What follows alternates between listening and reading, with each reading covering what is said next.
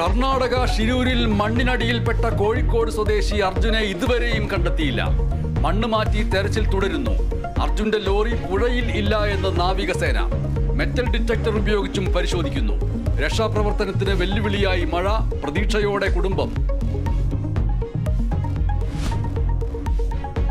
Governor Arif Muhammad Khan വീണ്ടും തിരിച്ചടി. 3 സർവകലാശാലകളിലെ VC നിയമനത്തിനുള്ള search committee രൂപീകരണം കൂടി തടഞ്ഞ് ഹൈക്കോടതി. കേരള MG മലയാളം സർവകലാശാല നടപടികൾക്ക് സ്റ്റേ. ചാൻസലറുടെ ഉത്തരവിന് ഹൈക്കോടതിയുടെ വിലക്ക് 1 മാസത്തേക്ക്. മതം അറിയാൻ നീക്കമോ?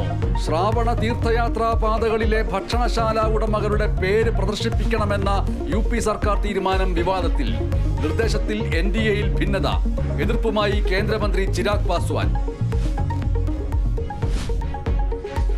സംസ്ഥാനത്ത് H1N1 ബാധിച്ച് വീണ്ടും മരണം. കൊച്ചിയിൽ ചികിത്സയിലായിരുന്ന 4 വയസ്സുകാരൻ മരിച്ചു. തിരുവനന്തപുരത്ത് ഒരാൾക്ക് കൂടി കോളറ സ്ഥിരീകരിച്ചു. രോഗബാധ മെഡിക്കൽ കോളേജിലെ കോളറ രോഗികളെ ചികിത്സിച്ച നഴ്സിന്റെ ഭർത്താവിന്. കോഴിക്കോട് ബീച്ച് ആശുപത്രിയിൽ ഫിസിയോതെറാപ്പിക്കെത്തിയ പെൺകുട്ടിയെ പീഡിപ്പിച്ചതായി പരാതി. പ്രതി ഫിസിയോതെറാപ്പിസ്റ്റ് മഹേന്ദ്രനായി തെരച്ചിൽ ഊർജിതം. ആശുപത്രി സൂപ്രണ്ടിനെ ഉപരോധിച്ച യൂത്ത് ലീഗ് നേതാക്കളെ അറസ്റ്റ് ചെയ്ത് പോലീസ്. പ്രതിയെ ഒളിവിൽ പോകാൻ സഹായിച്ചത് ആശുപത്രി ജീവനക്കാരെന്ന് യൂത്ത് ലീഗ്.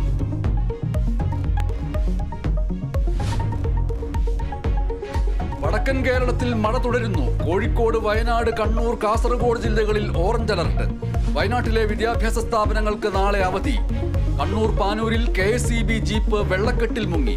വെള്ളക്കെട്ടിൽ ദുരിതത്തിലായി കുട്ടനാട്ടിലെയും ജനങ്ങൾ. മൈക്രോസോഫ്റ്റിന്റെ ക്ലൗഡ് സേവനങ്ങളിൽ തകരാർ.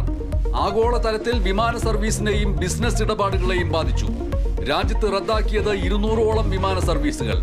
വാർത്താ വിതരണ ശൃംഖലകളും ബാങ്കിംഗ് സേവനങ്ങളും തടസ്സപ്പെട്ടു. പരിഹരിക്കാൻ ശ്രമം തുടരുന്നുവെന്ന് മൈക്രോസോഫ്റ്റ്.